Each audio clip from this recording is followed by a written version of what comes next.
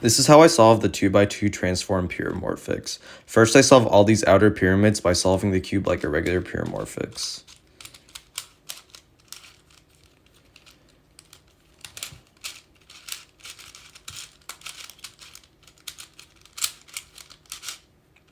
Like that, now the outer pyramids are solved.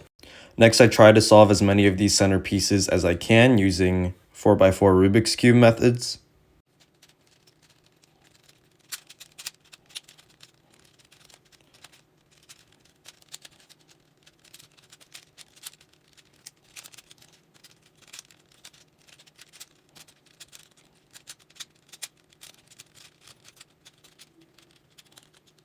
Finally, I swap the last two pieces using a T permutation.